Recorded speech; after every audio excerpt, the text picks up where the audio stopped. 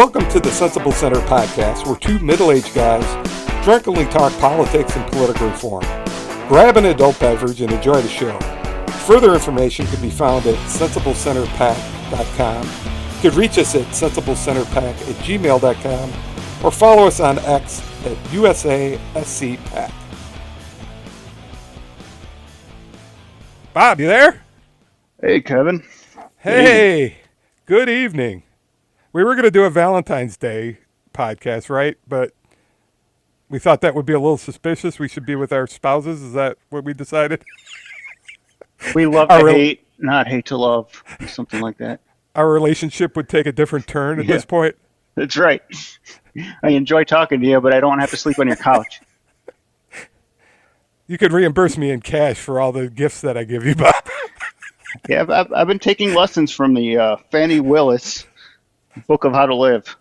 Yeah, I was telling Bob listeners that I couldn't turn the DA, district DA, attorney in Fulton County trial, whatever. She's not on trial, but it was a trial. Was today, and I couldn't take my eyes off of it. I'm a little bit embarrassed, but I like courtroom drama. You know, I like real life courtroom drama, and you learn something about the legal system through that. So and all three news, all Fox, MSNBC, they covered it gavel to gavel or whatever today. So I spent way too much time watching that. So we won't go into it here, but my take was she's straining the limits of credibility. Both of them are. Yeah, I think it's going to be very difficult for her to kind of stay on the case, and I think Trump's going to end up ahead on that one. Yeah, I think, unfortunately, I think that was a boneheaded move, whatever was being done down there. So I don't think it'll blow up the whole thing. I hope it doesn't, because that would be quite unfortunate, because I don't necessarily, although they said a new DA would have to, if she ended up not, or whoever takes over the case would have to kind of review whether they're going to plan on going forward with it. So maybe somebody else would have a different take on it, and then not move forward. It depends. Yeah. What side of the aisle is that DA on? What county are they in? Yep. How long will it take for them to get something slotted? Because then potentially you're in a whole new district. Yeah, it's pretty interesting. So I think we talked about a month ago, because we had a Bravery Angels. If listeners haven't listened to that, I encourage you to listen to our guest podcast. They were a great group. We had a nice interview with them. We appreciated them coming on, but that was our last podcast. So we haven't really talked about a lot of stuff that's going on, like all these court decisions. It's really interesting. I think you're right, Bob. 2024 is going to be a very, very interesting year. Yeah, it's early. It's going to be interesting. it's early, but there's a lot going on. Yeah, it's going to get worse. Oh, just imagine 3-4 months from the election, how intense it's going to get. I still don't think Biden's going to be there for it, but we'll see. So we have the Trump immunity thing, which I guess is in front of the Supreme Court now to see whether they're going to take that up. But I think we both agree he doesn't have immunity, right? Especially with the appeals court. I mean, this is what the appeals court, they said. At bottom, former President Trump's stance would collapse our system of separated powers by placing the president beyond the reach of all three branches. That's pretty strong language to say. You can't get away with whatever you want. No, checks and balances. You have to have checks and balances. There's no way he's immune. It'll be interesting. Said, I think his point is he's trying to draw this out till the end, because he just needs to keep it to the point where, he can appeal and then appeal again, and then he's kind of in the presidency anyway. There's not anything anybody can do to him. I don't think he's guilty, really, when it comes to the case, but he's definitely not immune from a case. Yep. Yeah, and then you got the Colorado case, which I guess is in front of them also. That didn't sound... They had the hearing... I listened to much of the hearing last week on that one, too. That was kind of interesting. I don't think that's going to turn out very well for Colorado. I just can't see the Supreme saying that states can decide who appears on the presidential ballot. There's just too much. It's opening a jar of worms that could completely tear the country apart. You've got to have some standard of conviction, Yeah, but or measurement. You've got to have some firm standard of measurement, because if you don't, again, and the court made a good case, or one of the judges did, basically stating, well, what if one president gives money to Iran? Iran's an enemy of the United States. Is that insurrection? Well, what if Texas decides it's insurrection, right? So you start to get in a bit of a pissing match between states, and all of a sudden, you got an issue. You got all the conservative states taking the liberal candidate off their ballots, and the opposite in the liberal states. Where do you end up? Yeah, I mean that's the slippery slope argument. I don't. It's interesting that his lawyers weren't really making that. I forgot, maybe Roberts brought that up, or maybe Alito, I think, brought that up. I think it was Not Alito. not surprisingly, I think I would place him in the most conservative camp next to Thomas. I don't know. I think Gorsuch. Well, Oh, my really? definition of conservative and libertarian is very close.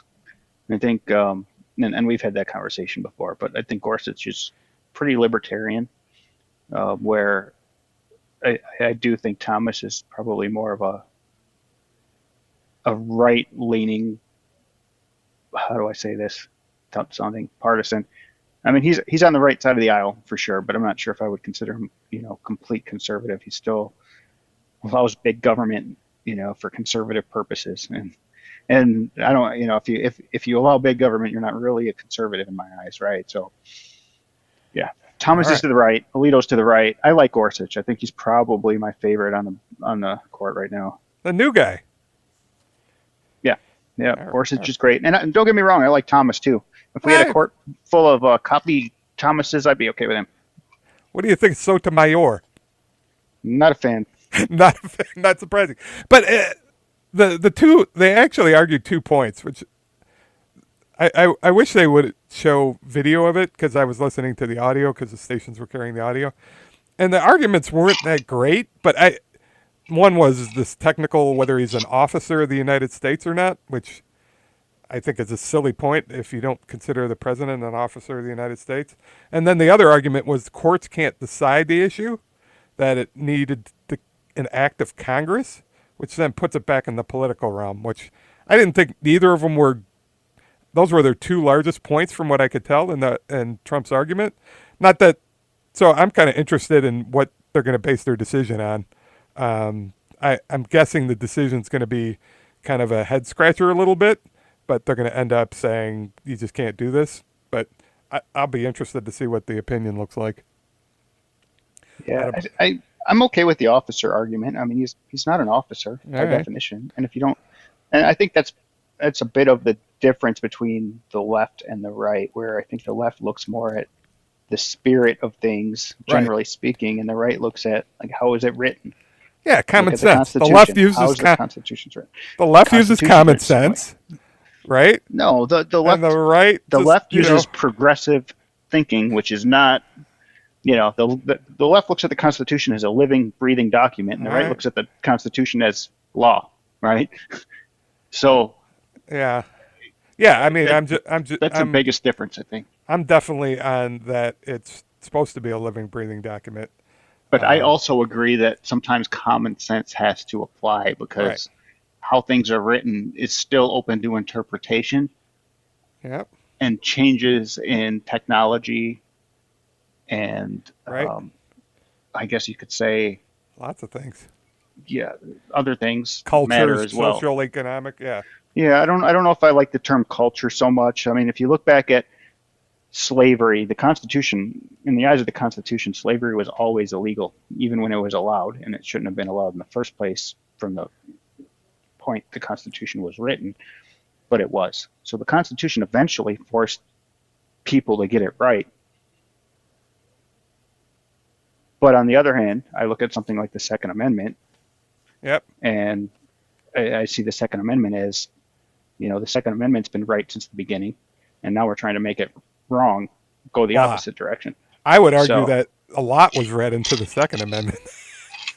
I would argue that the conservatives read much more than was written there into the Second Amendment, but that's for another discussion, which we'll have yeah, someday. What else is going on? There was that Tucker Putin interview. yeah, that's interesting. I was on board. I'm completely on board with Tucker's right to be over there, and I like the idea of hearing from Putin. That said, I don't know You how do much you like were the paying idea. attention.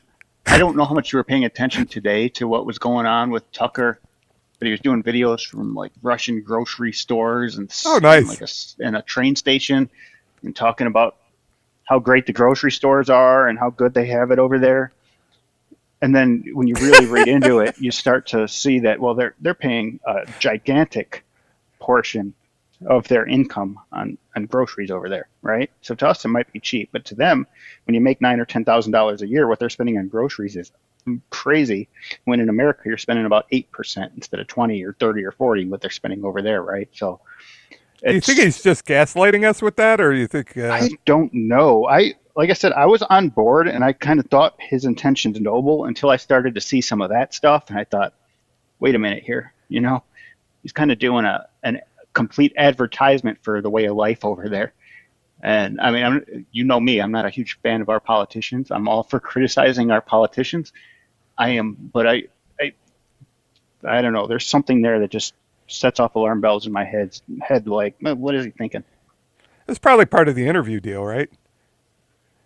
Yeah, Maybe. you gotta produce I don't know. I some mean, it's possible. propaganda for us and make us It's look good. possible. I mean, if he agreed to something like that, then he shouldn't have done it in the first place. That's kind of where I stand. I mean, again, journalistic standards. I'm all for going over there, having the interview. It's going to, Wait a for second. him, You called personally, it's a Tucker good thing. You called Tucker Carlson a journalist? Well, Is he's a that member what? of the press. I Is don't that know if what I call him. category? All Well, right. I, I wouldn't call him a journalist, generally speaking, but that doesn't mean he Neither can't would do I. journalistic acts, He could pretend to right? be one And occasionally, interviewing right? Putin would be one of them. So, I don't think he but served yeah, as a when journalist in that. he went from when he was interviewing him, to me, it was a journalistic act, and now it seems like he's presenting an image, and that's when I don't know. I don't know what's going on there, but I don't like it. All right. So in the last day, you've turned on Tucker. I become suspicious. I wouldn't All say I've right. turned on him. I'd say, but Okay. I've definitely. Well, again, I'm not a Tucker fan either, right? But I've become suspicious, and I'm curious as All to right. what's going on there. I'm marking that one down in my book. Yeah. What are you drinking, by the way? I heard you sloshing around something. Uh, Extra water. No, Extra of water, course not. water. Come on. Yellowstone. I'm drinking a Yellowstone bourbon. It's a hand-picked single barrel bourbon by a group down here in Tennessee called Melrose Barrel Pickers, and it's about 60% alcohol, and this is actually fantastic. Sounds So good. a lot of the Yellowstone bourbon, I don't know. Actually, one of the guys from Beam started it, and their normal bourbon is not bad. It's all right, but this one is like I'm surprised how much I like this single barrel Yellowstone pick. I should get you a sample of it next time I see you. Yellowstone. Yeah, we got to hit the Bourbon Trail this year. It's part of Yeah, my I'm all for goals. that. It's Yep. part of my goals, life goals. I am drinking. I'm mixing. We had on Valentine's Day. We opened an Alexander Valley Cabernet. It was actually one of those 90-point ones, and it's pretty good. That's our favorite place I guess for Cabernet. It's in Sonoma, Alexander Valley. I like their Uh, wines. yep, we like that region. So if anyone wants to pick up a cab from Alexander Valley, it's always delicious. And I'm mixing it with. I still had some cognac left in the bottle, so I've put it over ice as I always do, and drinking out of my glasses with my Diet Dr Pepper. So We we're need well to high. schedule another group trip out to the wine country, wherever it happens to be. Napa Yeah, Sonoma would be all right. yeah. There's talk about a Paso Robles trip at some point. I Yeah, think that'd be all right too. go Central Coast. So what It about was. that Kennedy ad, the I Super Bowl liked it. ad? You liked that? I was Now a fan of that. I didn't understand. He got blowback from the family, and he was apologizing for using, I guess, his uncle's ad because I don't think the family necessarily likes him anymore. They're not on board. The family is very kind of party oriented, and they're not on board. They haven't been on board since the beginning, since he announced his campaign. And my assumption, and it's just an assumption, is that because they're such kind of party loyalists, that Robert Jr.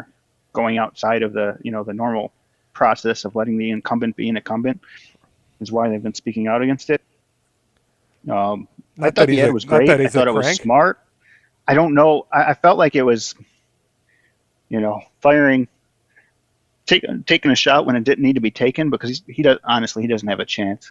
He should have saved that ad for next election when he's running against, in a primary. But Yeah, I liked it. I thought it was a smart thing because you're not expecting a political ad over the Super Bowl, and it kind of caught your attention because it was in the oldie timey campaign ad It's thing. So I think from that standpoint, it worked, and it definitely got the name out there. it's the nostalgia and the respect for Kennedy, which Right. makes it genius to me. The problem is, because of the nature of his campaign and running in basically against an incumbent that's also a Democrat, even though he's not running as a Democrat currently, he hasn't been able to build up the attention or the rapport in the media and in the public as a Kennedy. And so I really felt like he fired a shot way too early on that one. He really, he should have waited till he could build a real campaign. Um, I don't know. I think it's a genius ad. And honestly, I mean, just me as a conservative, somebody that's not really aligned to the GOP either, um, I've got respect for Kennedy. I mean, I think he did a lot of great things. I wish the modern day Democrats were a lot more like him. And RFK look at what Jr. he You're did with talking the. about that Kennedy? Well, no, I'm talking about JFK. I'm Oh, sorry. Thanks, JFK. All thanks right. for pointing out. I got a lot of respect for JFK. Um, Okay. think about what he did with the Cuban Missile Crisis and Yep. the success there. Civil rights. He loved the He's a ladies. pioneer there. He loved Well, the ladies. yeah, can't fault him for that. Um, that guy. I think he overall was a really good president. I'm surprised to hear Um, you say that. and there's really some modern day ties too, because you can call it a conspiracy theory. You may believe it is or not, but there's dirty three-letter agencies that potentially killed him. At least the rumors are, right? And you've now got Trump today speaking about dirty three-letter agencies that are undermining him and the American people. And it's very interesting, the ties to the thought that you had a good president doing what he thought was right for the American people. And I'm being very specific here about civil rights, but also other things. And he got punished for it, and he paid the ultimate price for it. And it's got some very interesting parallels to today. But anyway, Yeah, and if the Democrat had more Kennedys today or more JFKs today, the party did, I think that'd be a good thing. and as you read my book, The I World did. as I Know It, I'm a big believer in that conspiracy. Just makes a lot I of am sense too. to me. Yeah. Do we want to talk about? You mentioned that there's an incumbent candidate, an aging incumbent candidate. All I get is text messages from conservative people of Joe's mistakes. Although, here's the thing: if you're going to have a press conference, an angry press conference defending your memory, don't get, do not get, do not get the president between Mexico and Egypt mixed up. Now, as I said to you, but they both have pyramids, so I can understand the connection. But come on, enough, enough. Mexico, yeah, that Mexico's our neighbor, right? I just, I. Here's the thing. He talks about seeing people that have been dead for decades as if they're still here. Maybe he I spoke does. to this Maybe he dead does. president. This guy died 40 years ago, Can and I you went and prove that saw he him. doesn't? Well, the thing is he's referring to current presidents as people that died 40 years ago, or presidents or foreign leaders. Bob, as you get older and you progress to your immortal grave, I've heard you see the dead. I've heard that as well. Okay, so don't just pass it off. I've also heard that you're very close to that point in time when it happened. I think it could happen tomorrow. Yeah, I, I asked you this question earlier when we were texting back and forth. I think it was yesterday when his wife Jill asked something along the lines of, "Hey, do you want to take a picture?" And he's like, "Oh, we already did." yeah, yeah.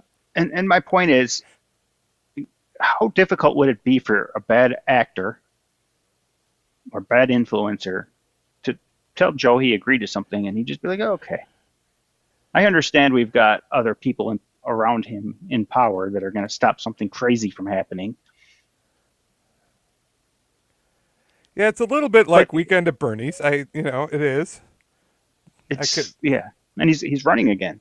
I'm not convinced he's going to be running again past the convention, but it, I I don't think anybody can honestly believe that he's capable of leading the country on his own. And in saying that, I don't think he's capable of hiring somebody. I think he's probably being told who to hire and who's best for roles, and that leaves a lot of open doors for people who want to be corrupt or act in a corrupt manner. So That's concerning.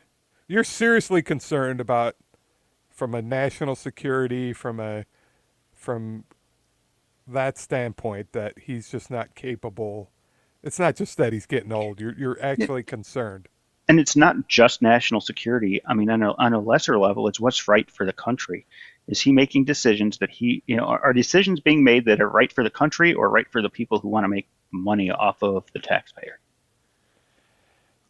Yeah, I don't know Or have what some that has other to do special with his interest? age, but Because you're it has just nothing to do with his age. It has to do with his you're, mental capacity and his you're, ability you're equating it to the to think. calls that 80-year-olds get trying to sell them, the scammers, right? The scammers with the 80, Yeah, yeah. And calling it's not just being, calling your but grandma up and saying, I'm a Nigerian prince, I need yep, $8,000, and so you're putting him on that level at this point. yeah, All right, exactly. fair enough. But it's again, I'm not being ageist. It's not all 80-year Well, olds. I know plenty of 80-year-olds that I are don't know how well with you it know and him. smart. I think, yeah, I think if a Nigerian prince sent him an email, if he got one of those emails, I think I'd give it a better than 50% chance he falls for it, unless Jill intervenes. That would be funny As if a matter of somebody. fact, I am joking here, but I bet Hunter sent him a few of those when he was out of Parmesan. I think that was the subject of one of our episodes. Yeah, I think you're right. Probably was. Yeah, Hunter The Hunter writer on that one Cartel. was genius. See, I'm forward looking. Although speaking about all of that, I think that case is falling apart a little bit based upon the FBI informant that just got arrested today. So Yeah. Well, yeah, here's the thing too, right? So that meeting you were referring to earlier, where he was trying to argue that he was mentally competent and then confused the presidents of Egypt and Mexico. So is the argument he's mentally competent and then he should be charged for the classified files? Because it's one or the other, right? He should be charged because he's fit well, to stand trial, or he shouldn't be charged because he's not fit to stand trial. I think the argument was, well, number one, he can't be charged as president. I don't think. I think that's been established. So it would be after the fact. And I think the argument was that he would be a sympathetic character to a jury, that they would just kind of let him go. So we're not recommending charges. Right or Here, wrong, I don't know. here's the thing, Hillary did it. Trump did it. Trump's being charged for it. Well, it's a little bit Biden different, did though. it. Biden's not being charged. Pence did it. Different facts. I'm not going to go into the argument of, depends on what party you're aligned to, and that's why you're not charged, even though I'd like to. But what I'm saying is, if we're not going to charge these people for this stuff, just change the law, right? Because it becomes a political game, a political image, and it does nothing but harm the country. Either charge them or change the law. Well, I think part of the problem was we put too much in those categories, and there's just too much paper that gets classified that way. And I don't know the particulars, but clearly it happens more than it should, and somebody should look into why that's the case. And if that means changing the classifications and the laws, then we should do that, because you're right. Why have them if we're not going to charge people for keeping this stuff? Because presumably they have lawyers to look through that stuff and say, you can't take this, you could take that. I don't know if I don't think Joe's boxing up his own stuff, but maybe he is. I don't know. You know? I don't know. I Yeah. that yeah, I don't know. All I right. wasn't there. It was in his Enough on garage.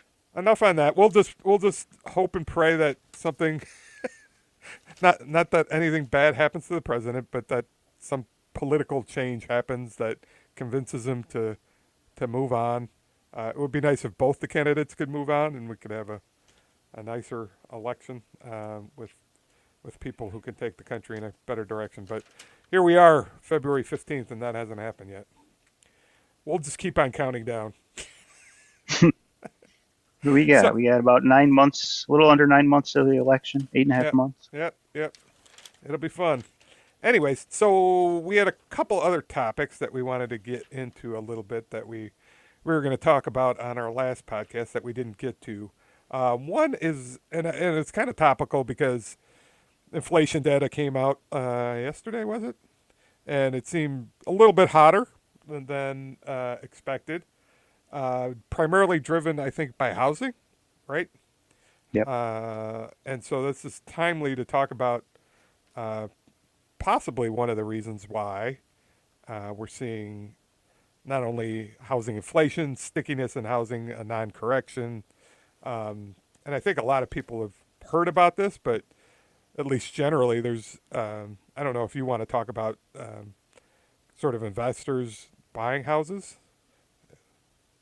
Yeah, so it's interesting. I'm gonna go a little bit off topic here to start because you mentioned inflation and it being tied to houses a lot. First of all, inventory continues to be just at extreme lows. I mean, you know, 20% of what it was a few years ago. And I I had been looking for a house for about 2 years and having a problem because of the way houses, that 2 years prior were 50% of what they were being sold for. Yep. And I just could not justify buying a house at that level that rose that fast. And after time went on, I started to realize they continue to go up. They're not going down. And I found a spot that I was comfortable building in, and get a little more comfortable in my pay and finances and things. And I finally said, okay, I'm going to get the house I want, or as close to as I want and can, and not feel like I got ripped off because the house is 50% less 2 years ago and I built. So the neighborhood I moved into, and I think I may have told you this, but obviously it's new to the audience. I went into the model and talked to the sales agent, and she told me over a period of 2 weeks, the neighborhood sold 8 houses, and a large portion of them were all cash. And they hit a cap. The builder, the company won't let her sell any more houses in the neighborhood until March 1st, and this was first week of February, first couple days of February.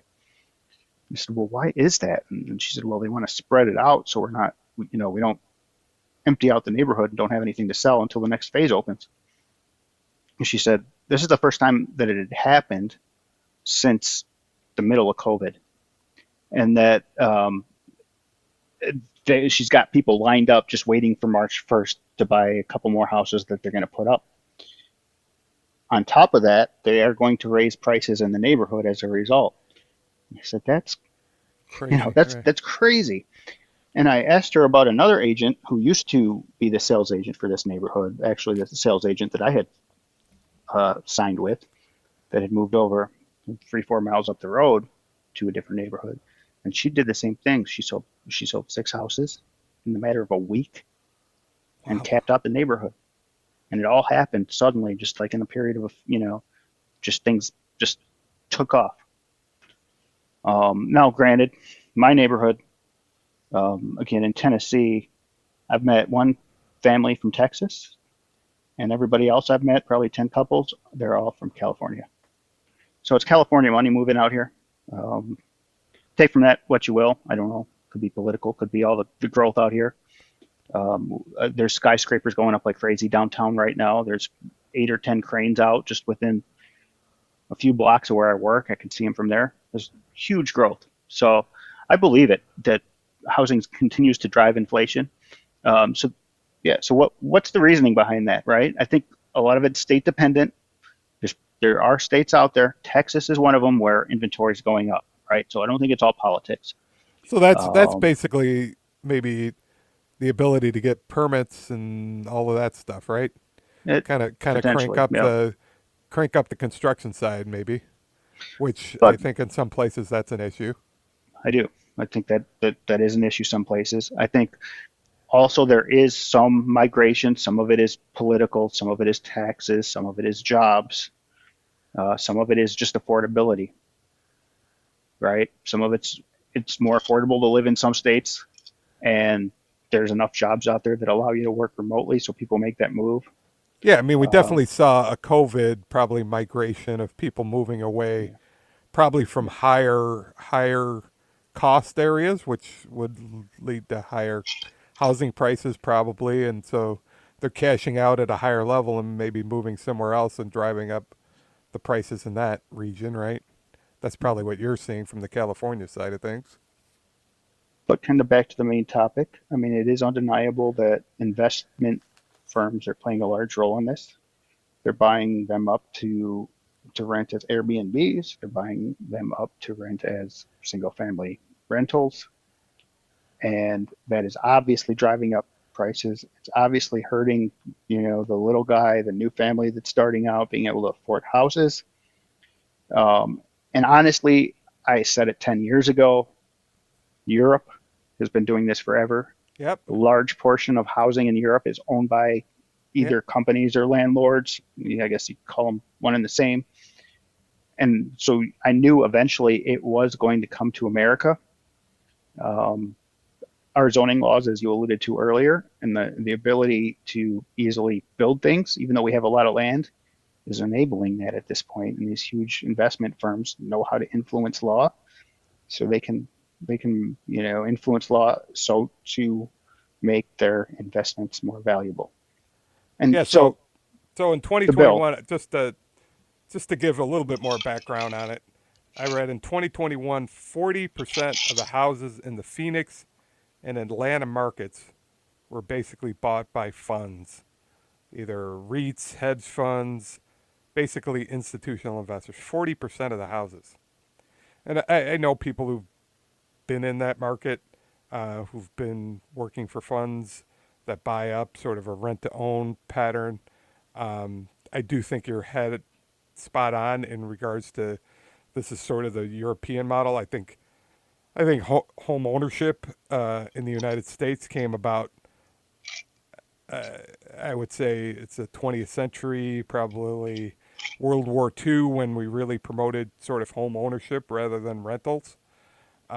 So I think we hit a peak with all the tax benefits. Clearly, we were offering people tax benefits to own. A lot of those got scaled back in the Trump tax act as far as interest and mortgage and property tax deductibility, especially in the high tax states like Illinois, New York, California, which may be causing a trend away from home ownership and letting some of these investors come in. But clearly, if you've got people investing for investment purposes rather than to actually live in the home as their primary residence, you're introducing deep pockets, a whole different mentality, right? Than somebody who's looking to buy a house because their kids are going to go to school in the district. I mean, these guys really don't care too much about that. They're looking for the ROI and sort of putting these large pools of cash to use. So it's an asset just like any other asset to them. and Um, it can be flipped easily. yep. So I agree, and that's something that's created this distortion in the market, and I think it is. Although you do hear about it a bit, I don't think it's been really drummed into. You don't hear the media kind of drum beating this. But what we wanted to talk about is there's sort of our representatives is sort of started to look at this. And I when we actually were in Vancouver about 5 or 6 years ago, and Canada I think has experienced similar to Europe this problem, especially foreign money they allowed to come in. When we were in Canada, we were talking to people. I think the guy who was driving us around, because Canadian real estate housing, if you look around Toronto, and I used to work for a Canadian company, so I talked to people about their housing situation. It's been crazy for a long time, and they allowed a lot of foreign investment to come in, especially in Vancouver from Asia, just to buy up properties. Just Some of that's people, happening here too. There's a lot right? of Chinese money here. I Yeah. think there's Russian money. There's Yeah. there is a lot of it. So not only is it just kind of homegrown hedge fund investors, it's also foreign capital that's looking for a place to buy assets. So the question is, what do you do about that, right? I mean, we believe in free markets, right? We do. You should be able to. I own an asset. I should be able to sell it if somebody wants to buy my. If a hedge fund wants to buy my lake house, shouldn't they? Shouldn't I be able to sell it to them? And all this investment, foreign or domestic, helps those who already own a home, right? Mm-hmm. Because you can buy and your house goes way up, and then you go buy in a lower priced area or two lower priced areas, right? And you can live your retirement happy. But if you don't own a home yet, it's a problem. Also, gentrification is a real issue. I've talked to people who, bought a house in Nashville in a lower income area, minority. They said they never dreamed their house would be worth as much money as it is, and it's great for them. It's not so great for their neighbors, right? Who are a little bit older, maybe can't afford the taxes that are rising as a result of the property that's rising. Um, it gets more expensive to eat, obviously, things like that. People who are renting instead of own houses there have a problem paying their rent anymore. So it's really interesting. But again, if you own a home, it's great. You're probably not going to complain about the investment money. What concerns me is a few things. What if all these funds find a way to hedge and determine it would make more money for them to drop the value of these houses by dumping them, on a competing investment? Yep. It could be It definitely creates really bad. distortion and volatility in the market, right? It does. Because they can decide to go to another asset class. They can. There could be particular funds that get caught up and change strategy, and they can, if they've, especially if they're heavy in a certain market, they can really affect people's value A of their lot of homes, which a a lot lot of of people people could. rely upon for Yep, their net worth, right? that's right. So You can it does lose become. equity or lose your home real fast. I mean, it does become sort of. It becomes an asset class where we always think of home ownership as something different than like buying It's a safety. stock It's or right safety. It's a or future. It's family. cryptocurrency where we have that volatility that we know about it. Now it's now it's an asset. But yeah, I so what you're the libertarian, Bob. I'm the nanny state guy. So what do you propose? I mean, there is a bill. We could talk about the bill. It's called End Hedge Fund Control of America's Home Act. It was introduced into Congress. I think it's Malarkey out of Oregon Yeah. is the rep that introduced it. Um, So, what do I propose? Same thing I propose for almost all laws, and I think it needs to be local. Maybe at the state level, maybe at the county level, maybe at the city level, maybe at the neighborhood level. I don't like Airbnbs, right? I'm not a fan of HOAs either, but one thing HOAs do effectively is say you're not to do a rent, right? short-term Yep, rental in our yep. neighborhood, They right? keep out the investment class, right? Yep, It's bad for neighborhoods. It's bad for communities. You don't want to party next door to your house every night of the week or even once a week where bad things happen or yep. maybe good things depending on who you ask and if you're single. Um, so I think it needs to be local. I do. I think, So you don't agree with like a national act that. So this national act basically was that I guess they're including a tax penalty for institutional investors for every home owned over 100. So it's $20,000 per year. So basically, it's trying to get these. And here's the little part of unintended consequences. So if you start doing that and they start divesting, as you pointed out, because it doesn't make financial sense, then they yep, could drive down home values in all the markets, right? real Quickly. fast. Right. It's the unintended consequence. You're Right. damned if you do, you're damned if you don't. We let them in And the door already. I do kind of lean towards foreign entities, especially foreign governments or Like a people ban? affiliated with the government should not be able to buy land in America. I I don't like agree. the idea of China buying American farmland or the Yep. house next door to me. Yep. I agree.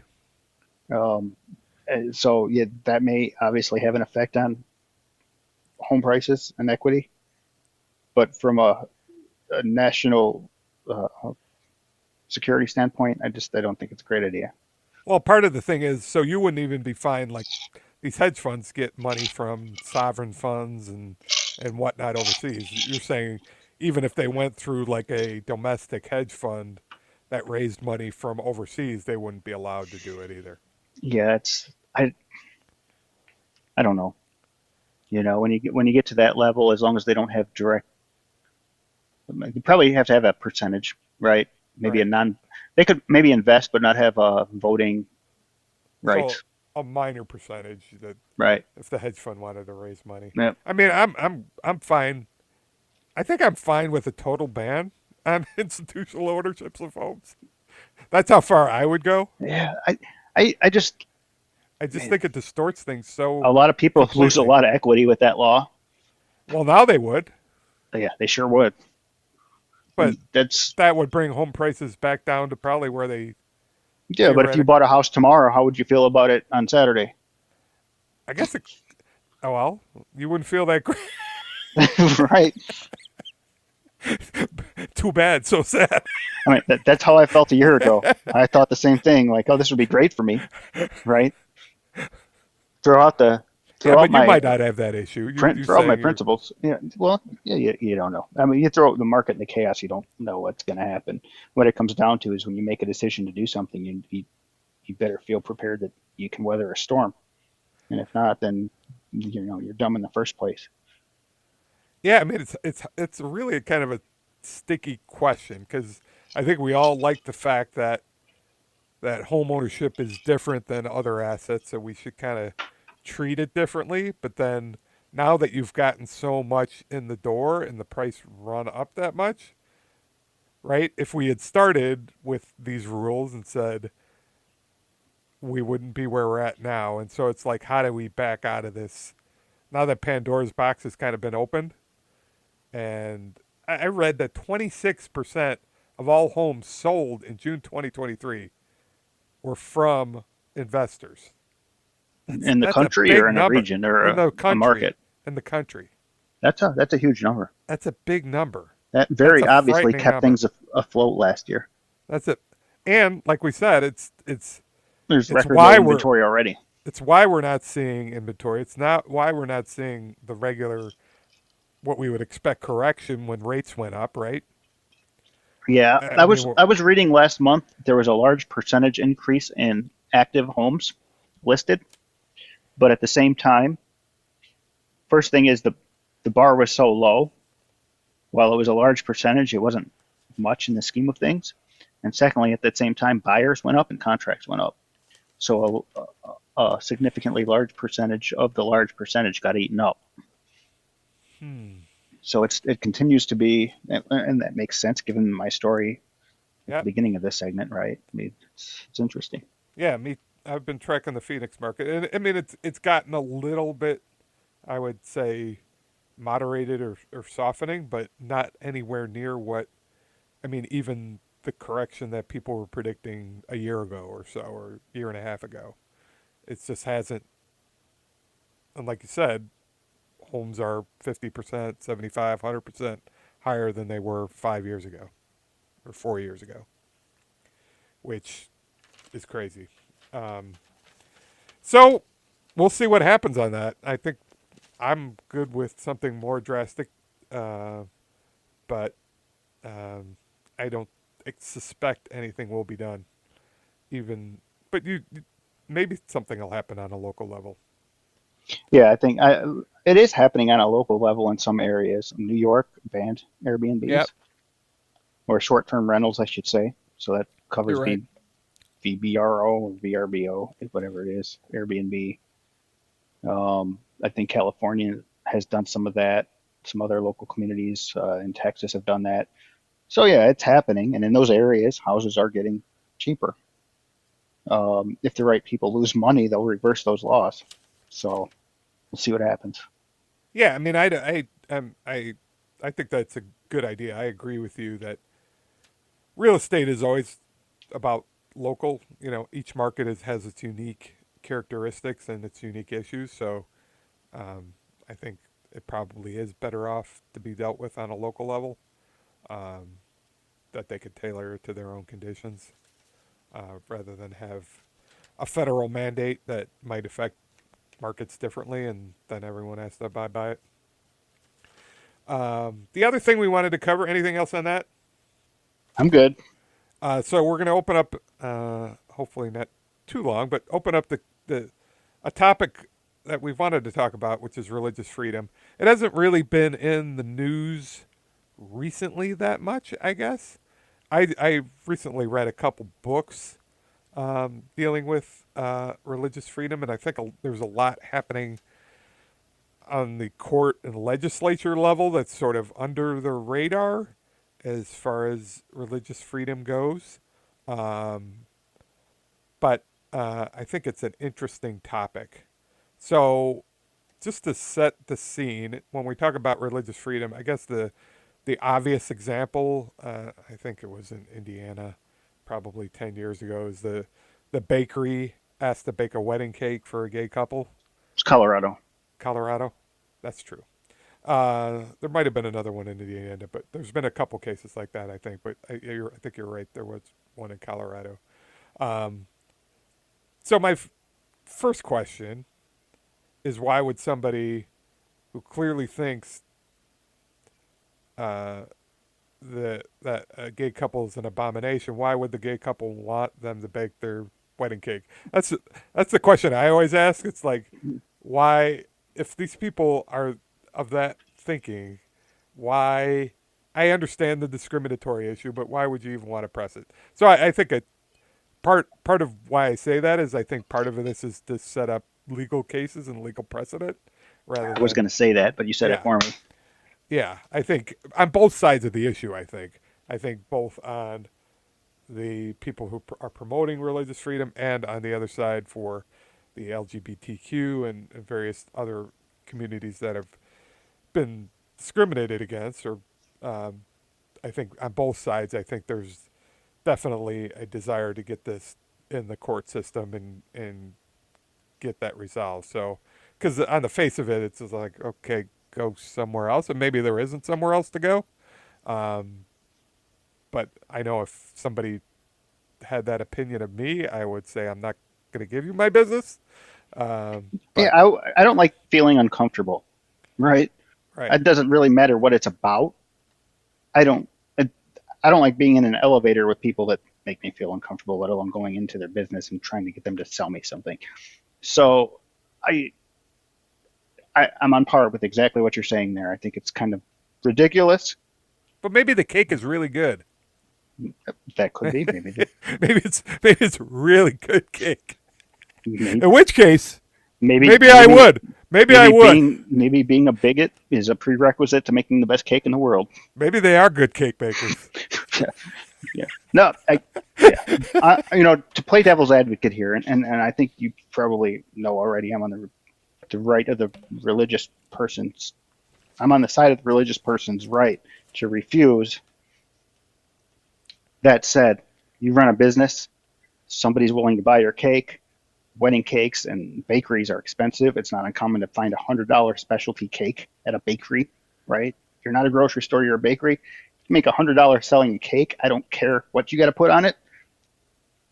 If I was a baker and had those skills and somebody walked into my bakery and said, I'd like you to put on my cake that you suck, me being me, uh, baker of this bakery sucks horribly. Put that on the cake, and I'm going to pay you $100 and buy it. I would absolutely do it, right? That's You me. would. I would do it. I want You that need to. $100. You need to open up a bakery, Bob. That's a lot of money. $100 to sell a cake. What's a cake cost to make? $5? $10? You whore. I guilty as charged, right? I do like money. All right. My kids are expensive. I know how to get you now, Bob. So yeah, for you, it's going to be $200. All right. But I'll put whatever you want on the cake. So the cupcake, that is That's $200 right. for the cupcake. But I my thought is these people on both sides are absolutely ridiculous. It's an argument created to make more arguments and to get people to argue and cause division. Well, we agree on Who that at who least. who cares? I don't care what you do in your house, Kevin. I certainly don't want to know half of it, and probably 75% of it. I don't care. It's not. Yeah, that was a personal attack, but it was also a joke. I don't care. You know it. uh, But that said, there are probably people out there that are legitimately religious, Uh-huh. legitimately not wanting to do it for religious reasons. Yep. I believe they're misguided, but I also believe constitutionally they've got that right. So, all right. So you're saying, as far as the bakery case, you're saying the bakery, while misguided, if they believe from a religious standpoint, it's a gay marriage is against their religious beliefs, uh, despite the law in this country, right? You can't discriminate against based upon sex, gender. I forget all of them, but Religion, right, religion. height, That hairline, they should be able to get an those are two exception. important ones. So they're asking from for an exception to that law, right? Because they're discriminating, right? No. So here's where the Like, line is in my eyes. Here's the line. The line begins where you're infringing on the rights of others. all right, Okay? So infringing in on the the case rights. of the couple who wanted the wedding cake, There's not a right to buy a cake in the Constitution. Is that what you're saying? that's what I'm saying. Okay. Well, there's not a Not a right. lot Yep, of. right. There's a right to buy a cake, but there's not a right to buy a cake with a religious, anti-religious, or political message on it. Right? You can still buy Well, the they're not. cake. They What do just you can't mean? have the happy, They're just a gay have couple whatever they looking wanted. for a wedding cake. What are you Yeah. getting into the religious argument, the Well, political argument? and in the case of both cases, because there were at least a couple, the the baker would have sold the cake. They just were not willing to write the message. Which was I don't know exactly what it was, but it was oh, probably something like "Congratulations, Matt and Matt, on your wedding." You know what I mean? that does that. I don't know. I don't know. That doesn't seem that bad. I don't know. But again, Matt and Matt could have put that on their cake, right? It I could mean, have. they could have wrote that on there. We both agree this is a little bit of a construct here. We're just talking within the construct. If somebody walks in and says, "I would uh, please write congratulations, Matt and Matt, on your wedding on the wedding cake," and that's what you do. That's what you offer people, right? Can you say, as an owner? I mean, I owned a business too. Can you say, based upon the laws of this country, that I don't believe? I mean, they're just basically saying, based upon their religious belief, they believe homosexuals are, I don't know, an abomination or whatever their particular It's religious not. belief I is. don't think in these cases it was personal. It wasn't. They weren't refusing to sell the cake. They were refusing to write the message. It's like you, if you had, Uh, if a Six of gay one, and a half couple, dozen of another. if a gay or lesbian couple had come into your wine store and you refused to sell them a bottle of wine, then absolutely you would be liable for violating their rights. However, if they wanted you to change the label on the bottle of Opus One to Be careful. something, yeah, I had a lot of ideas there, I and know I you did. stopped. I said my filter's working. You were hesitating. My That's why I wife is could. going to be so proud of me. If yeah, she's gonna be We so get the proud. point. You're saying that Right. it was a bridge too far. That There's it was in the acknowledging eyes of the that law, this and it was yep, acknowledging that this cake was for a gay wedding. If I could just bake a cake and sort of avoid that it's for a gay wedding, I'll bake the cake. That's what right. you're saying. That's right. I still think that's discriminatory, but But I think they Well, won the it's case, not didn't because they? I think they won the case, right? it didn't have to be about the bakery won the case, yes. Yeah. So, but if it had been different and it had been a Satanist couple, right? Somebody, is that the term for people who worship Satan? Satanists? Sure. Somebody came in and said, "I want you to bake me a cake and put an image of Satan and say, uh, Satanists unite." And the baker said, "No, that same rules apply, right? The baker didn't have to sell them a cake. Would your opinion change? If it wasn't about a gay Well, couple, but it was about Satan. are Satanists a protected class under our law? I guess that's that. I don't think they are they? It's You They're, could say it's a freedom of religion. There's a pro I don't know. Satanist Is statue in the halls of religion's a Iowa's protected class? capitol. I Well, guess religion religion's is a a protected. protected class. Yeah. Okay. Well, then I guess it would be against the law. Well, Yeah. it's interesting, right? Because same thing. I mean, you can't discriminate based on religion or sexual orientation. Same thing goes though. The baker's making the cake, and he's got as long as he's willing to sell the cake without the message, it's legal. All right. Let's talk about something other than cake because I think that's fairly simple.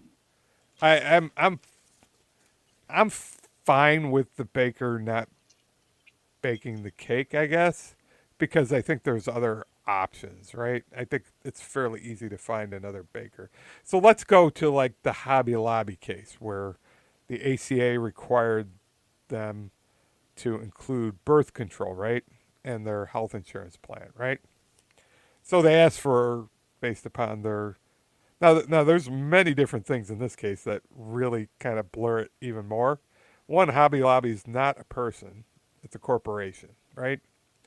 So, do corporations have religious freedom? Hmm. Is it a public company?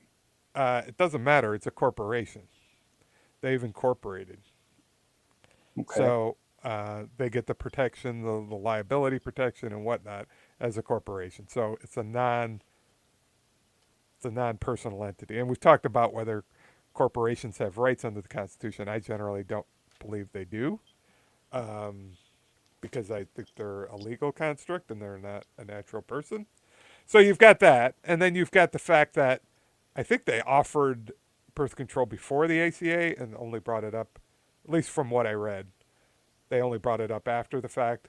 But then you have employees, right, that by law are entitled to the ACA required birth control coverage through insurance.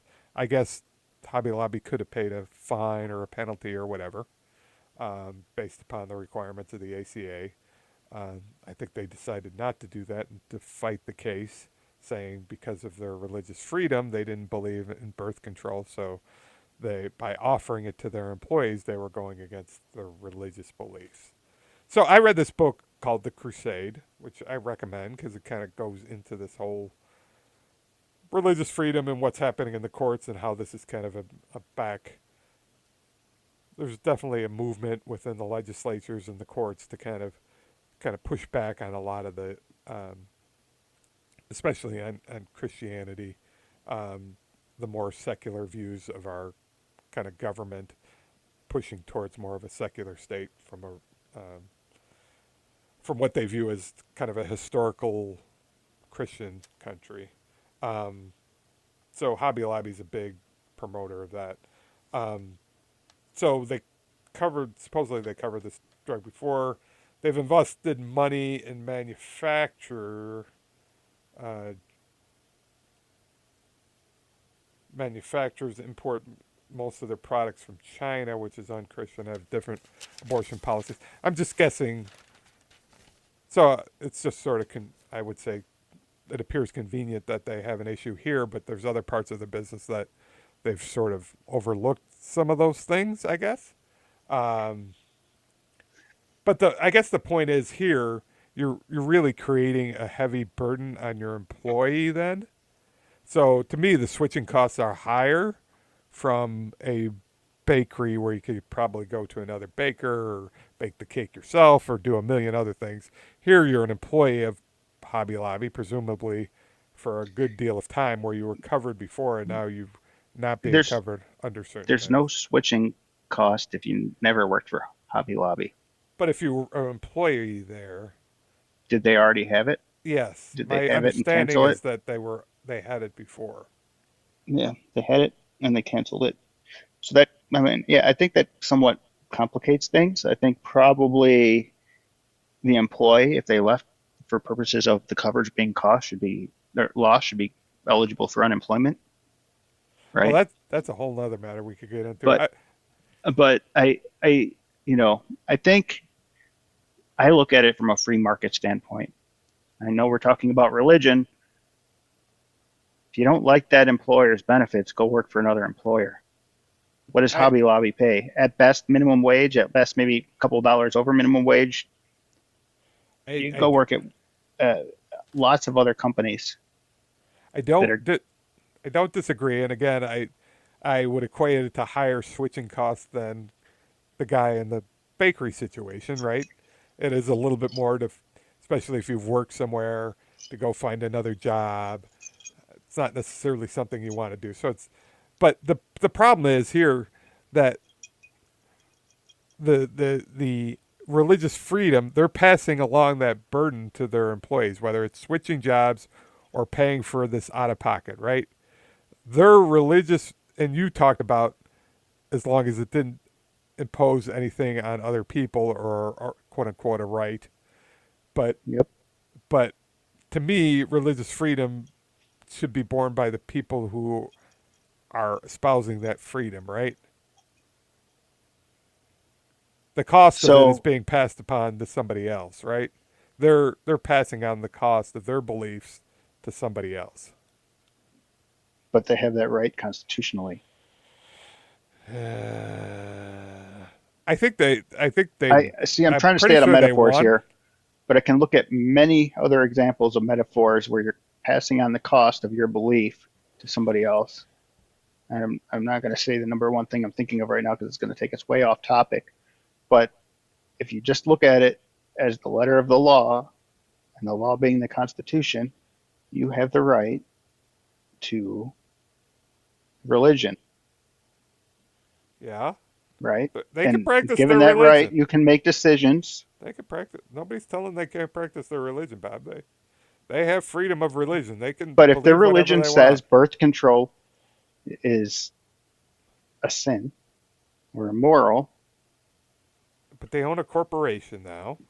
They have employees. There's a law that says they need to provide the. So they're they're not not telling just they're not they're saying not. their employees can't use birth control. They're just saying that we're not paying for it. But the law says they need to pay for it. The law, right? There's a law. Yeah, It's but there's not a higher voluntary. law that says their religion trumps the law. Well, where do you draw? And as long as You they're want not to talk? infringing on somebody else's right, because they're not stopping that person from using birth control, and they're certainly not stopping them from going to work somewhere else where it'll be paid for. Well, my religion says I can't drive more than less than 90 miles an hour on the highway. So let me You like the slippery slope I arguments. Where do you yeah, draw the so that's line? fair. If your religion says that you can't drive You're less good than with that? you you can make that argument. But that said, you're potentially infringing on the other person's right to Safety, right? safety. So you are Yes. passing the burden on to somebody else, just like they are with this law, right? I mean, if you're going to carry that argument, then and I agree with it that But if there's a cost to other people for your religious belief, in which case there's a cost here also. there's evidence out there that birth control causes health issues later in Oh, life, that's irrelevant. is it? That's not their Because you were argument. talking safety. That's not their argument. We're talking. It's not their argument. But we're talking safety. So I mean, uh,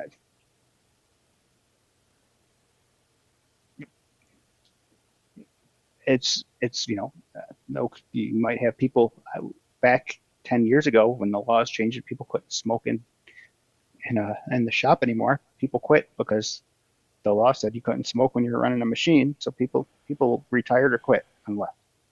Right. Yep. But I guess the question is how where do you I mean the Supreme Court ruled in this case that they sided with Hobby Lobby. I generally I agree with the Supreme Court. It violated their privately held for-profit corporations' right to religious freedom. Hmm. It's a well The, documented religious belief. It's the, not. my argument here would be more around the corporate entity than even the burden to the employee. Because I agree. I'm always like, if you don't like the rules that your corporation, and I said it in COVID too, if your corporation has a COVID mandate or whatever, it's not like they're locking you in prison. You could go work somewhere else, right? So I never considered it a mandate because Here's where we do have the ability to go somewhere else, and especially if you're working for a corporation who might not be aligned with your belief system and whatnot. Why would you want to even work for that corporation, right? here yep, that's exactly right. Here's where I would go if I was challenging Hobby Lobby, and maybe they did. I don't know. I would look for evidence that showed they were doing this to save money or something else, right? So all their emails should have been, and somebody could have found a case, right, beyond the religious belief argument, but it was a violation of, I don't know, something, or I should say, infringement of some personal right. There should be some email evidence saying this was being done to save money or lower costs or, some other reason beyond religion. Should have been out there, should have been subpoenaable, and it should have been subject to court analysis. I have a hard time believing that that angle wasn't taken given, lawyers and their experience. So that said, if the evidence is out there, show it. And then absolutely Hobby Lobby should have to reverse that. If not, then you have to take it face value. It's religious freedom. All right. So we you agree with the Hobby Lobby case. I sort of see the point, but I have a problem with the corporate veil here that they used because they're a corporation. They're not a person. I don't think corporations have religious freedom. But here's another thing: school choice, and this has become a big thing. So I think you're going to go against this at this point, but I don't know. We haven't talked about it. So in the 2018 school year, 100% of the schools registered for Wisconsin Parental Choice Program were religious, and all but three were Christian. So basically, taxpayer dollars are now going to fund religious education through these school choice programs, which is a big deal because it's a big push, especially from the right and school choice, and a lot of this is going into parochial and religious education. What do you feel about that? I think this needs more context, to be honest with you. What do you mean Um, context? Taxpayers are paying for religious education. You're good with that? what the law basically states is parents have a right to determine where they want to send their kids to school, Separation of church and state. Why is and taxpayer paying for therefore, religious education? yeah. So, and therefore, well, that's fair. So you have a very religious family, and they're paying taxes, and they're paying taxes for schools, and therefore, um, that they want, and they decide they want to send their kids to a private school instead of a public school because the public school is failing on some level, whether it's measurable or it's just in their eyes, right?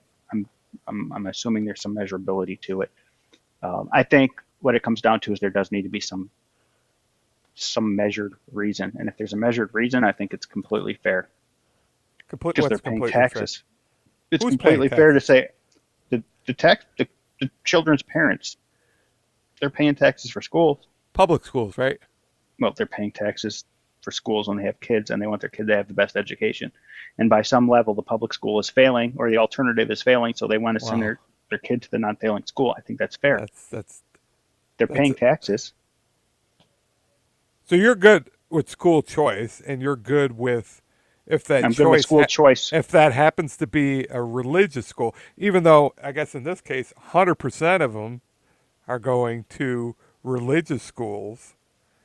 You're fine Historically, that has not been the case. Historically, if you wanted to send your kid to a religious school, you had to come out of pocket. Yeah, well, historically though, there, But there's been a big push recently for one, school choice, two, to allow religious institutions with taxpayer dollars. I've never sent a kid to school. I pay taxes to school districts, right? Do you do. do I You feel live in good? well, you Do live in I Wisconsin feel now, but good? So here, Bob, when I yeah, let's say when I was in Illinois, I was paying thousands of dollars a year to the local school district, right? excessive. Yes, Yes. I was paying, and I would hope that that would go to the public education. So my property would be based upon the quality of the school district where my tax dollars go, rather than having somebody theoretically take my tax dollars and go somewhere outside of my district to buy an education somewhere else. So See what what I'm recourse saying? did you have if your local school district sucked? What measurement was What there? recourse? Could you just stop saying, could you say, you I know could what, send my my kid. I 30% of could the kids in this district are 30% of the kids in this district are passing, 70% are failing. I don't want to pay taxes for this garbage anymore. Could you just say that? no. What Okay. your choice was to come out of your pocket and pay for it elsewhere, and many did, and I'm fine with that. Don't take my money. Somebody was taking my money that I was paying into that school district, right? And Hmm. redirecting it, right? Hmm. I have a problem with that as a property owner. I didn't have any kid in school, but I knew that somebody might come. So they're taking the money So, from the district that I'm supporting, right? And going elsewhere, which is going to lead to my district spiraling downward. And I don't even have a kid in school. To me, that goes against. I was almost fine with supporting the school that. Plus, I it, believe people should be educated, and somebody did it for me, I guess, when I was a kid, and that's kind of how we. That's part of the process of society. So I never really complained about it. But now I have a problem that somebody's taking some of that dollars and is going to go somewhere else with it. the great thing about that is it's local That's level, right? that's It's not how a local level, society works. so you can move. Let alone a religious education, right? Uh, Not Are, even a are public. we are we arguing this from a national standpoint, or are we arguing it from a local standpoint? Well, all of this is Because if probably it's a local, federal right? thing, and No, I don't this like the is all federal local. education entities either, right? I'm not a fan of the NEA at all, but yeah, this is local, so you can. I mean, it's a community thing. I'm I'm totally cool with whatever the community wants to do So you're because they can fine. always move out. You're fine with tax dollars going to parochial educations, religious education, and you're fine with churches and schools also getting a tax exemption on top of that. So they're not contributing to the They're system. not being rewarded for their religious beliefs. They're being Seems like a rewarded catch. for the way they're performing in educating children Seems like a or the catch 20. safety of children. I think it's safety as well as Safety. Come on. education. They're asking for their cake and eating it too because they're asking for a tax exemption and then they're asking for tax dollars to fund them, right? And do you They're know not that? asking Do you for know it. that They're not asking for it. religious schools got like It's free between market 4 and education. $8 billion of PPP funds? Religious schools got it, so they're getting tax dollars now. They're tax exempt. Oh, I've never liked, you know, it's a fine line. I'm saying I either do it one way or I another. If you're understand the going to take benefit to tax dollars, society. I understand the benefit to society and tax funded education. I think absolutely everyone has a right to education no matter how much money their family makes. I absolutely agree with that. That said, I also agree with a parent who says, I don't want my kid going to school A and learning what's being taught in school A or being exposed to what school A intentionally exposes my children to. I want them to go to B. And since I'm paying for this Yeah. education of students, you're not, as a parent, you're still paying for this public school district with your taxes. Just a portion of that is going to this other school system because that's where you want your kid to go to. I think we're all in it together. I think the responsibility is to fix the public schools, not Well, to if we're not to all in drain it together, resources we and should be students from sending the monies public to schools schools. that are performing Uh, in a manner that people want to send their schools to. yeah, but non-public schools have different standards, and they're non-union, right? Tell you That what, they have you know different what? standards than other Get the schools. federal So government out of public education, and I'll agree with you. I don't want federal standards on what has to be taught in local schools. Get that out of there, and we can eliminate the the choice system yeah, because now you're allowing the community. I agree that I've always been. I don't understand the point of a Department of Education. I do think education should be local. The tax dollars come mostly local. There is some federal subsidies and whatnot that flow through. I guess I'm great with the municipalities in the states. If they want to stop taking federal dollars, that's fine also. Um, and fund it on their own because it should be a wash at the end of the day. But I am concerned about this separation of church and state thing when we see a push towards things like this. Just to let you know, just kind of wrap this up, I read that since Roberts has taken over the court, and I think the court is now, and I grew up Catholic. I'm Christian. I'm not speaking. I'm not an atheist or agnostic or anything. I just I just don't. I like the separation of church and state, and I think we're seeing a push towards the other direction. So since the Roberts Court took over, and I want to say there's 7 Catholics on the Supreme Court, 6 or 7 are Catholics, Yeah. and some of them pretty strong conservative Catholics. And being former Catholic, I'm just saying this is the makeup of our Supreme Court. So Christianity prior to, like, in cases that have come up, religious cases, before Roberts became Chief Justice, 44% of the cases were ruled in the favor of Christian religion. Now it's 85%. Yes. Yes. So let So me. there's definitely a bias in our judicial system to kind of, and that's why we saw a Hobby Lobby case go one way, and the bakery case go that way. I don't think You it's not necessarily. you've Uh, somewhat made me change my mind, and not on the Hobby oh, Lobby or the bakery that's case, true. but I'll Oh say no, this. I'll say this. So maybe you're right.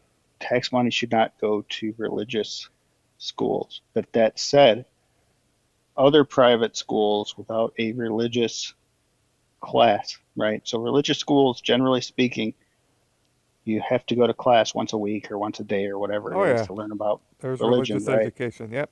All right. So that said, if you have a non-denominational or non-religious school, would you be okay with that? Because and here's the thing, right? I mean, there's a lot of public schools that are eliminating honors classes or advanced education. There's certain programs that are being eliminated because it's not fair to the. I'm going to say this, but I don't mean it beyond the words. Dumber kids. Kid A is too dumb to be in honors classes. It's not fair, so we're not having honors classes. That's ridiculous. If I was a parent, and I am a parent, I would want my kid to be eligible to go to an honors class, and if it doesn't exist, I don't want my kid to go to that school, right? Even if my kid is too dumb to go to honors classes, I still want my You kid still want it exposed. there. You want I it in their still want my face. kid exposed to honor students To because I'm smart going to assume people. some of that will help them a little bit, Rub off on right? them. That's me, and it's going to force competition at least, right? It's going to force my kid to learn something to Your compete. girls will be in honors class. I know they will be, So, Bob. so So I will grant you I will grant you tax money should not be going to religious schools because they're forcing religious teaching. If you're a Jewish person, I could understand why you wouldn't want your kid forced to sit in a Catholic course teaching you about how well the Catholic religion. I would hope So somebody wouldn't do that. Yeah, um, I guess if you're saying if I am generally open to school choice. I think it should. I don't think it's been proven out yet. I've read a couple books in the last 6 months on school choice and the whole testing regime and the No Child Left Behind, and then I think Obama. I forgot the program Obama had, but No Child Left Behind started with Bush. The way we're scoring our schools changed to make them look. At least this is what the theory was in the books, to make them look like they're failing, so that people could promote school choice, which I think Betsy DeVos, who was the head of the DeVos. DeVos under Trump, she was a big proponent of school choice, and I think was invested heavily, or the family had a lot of money in private charter schools. Nonetheless, I understand the school union, the teachers union, and their pervasiveness within the Democratic Party. Um, I do think something needs to happen on that. I don't think necessarily charter schools and school choice has proven out yet, at least what I've read. I'm willing to say that we should experiment with it and see whether we could get better results through that.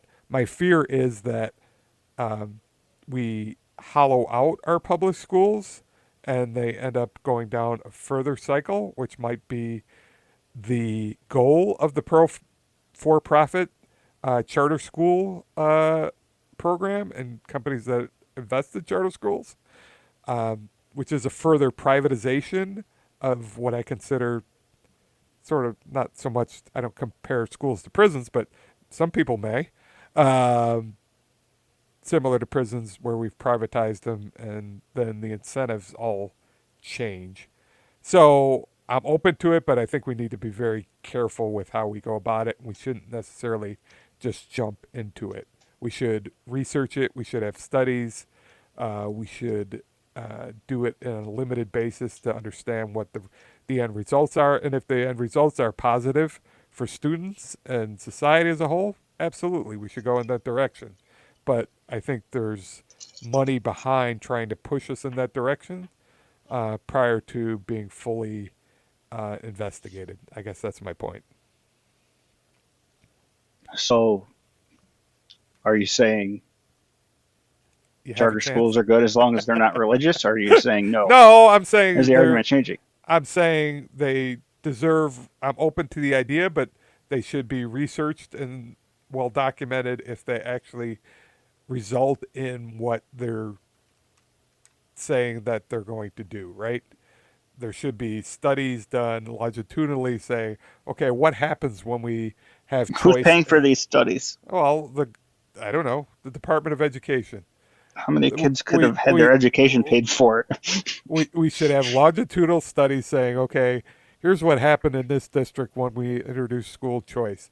Here's what happened. Here's how the people who stayed in the public school did. Here's what happened to the people who went to the charter schools. Here's their scores before. Here's their scores after. Is it a good thing? Did it improve both of them? Did it improve one sector over another? What were the makeup of those two different groups? We're getting back to the Are we disadvantaging a certain group by doing we're this? getting back to I the mean, we need to. feds. We're getting back to the feds making decisions for a local level. No, That's we the could do that problem. on we could do I that mean, on a local basis. We could yeah, do that on a then local well, then basis. it's not the Department of Well, Education. It's whoever, it could be privately funded studies. I don't care. I would think that the vouchers, if the voucher schools or the choice schools or the charter schools think they have such great programs, they should be funding these studies because if they could prove that it helps everyone, why wouldn't they be funding these studies? So so. What that's about my this? proposal. What about the? And this is I'm fine with making it a requirement again on a local level that religious schools no, charter schools yes. However, You could add a requirement that religious schools can get it, so as long as the students are not required to take the religious class, and it's optional. Yes or no? So the nun is going to still teach you, but she's not going to teach you religion? Is that what you're suggesting? Yep. I don't know. No. I'm not I saying think we I don't should know have how done I feel that about it. because I Yeah, think I don't know that's a how I feel little. about it, but I think that's it's a little it's a crazy. fair question. So the cross is still up in the room, but you don't have to take the course. No, you're right. That's a We good might point. slip Cross in is a still up in Bible the room. verse every once and Yeah, again. no, yeah, you're right. All Cross is right. still up in the room. That's bad. It's All just right. like that's the same thing as having a. Well, I'm not. Let's not go down that path yet. We'll end it on that note. Yeah, it's So, fair. since we've converted over to school choice from religious freedom, but they are sort of related here. All right, Bob. I think we've This was covered. a great cast. Yeah, I like to this think one. so too. I think it was our best yet. Let's rate it. All right. Well, All right. we'll talk to you soon. This was a full one. Take care. Good night. Bye. Bye all.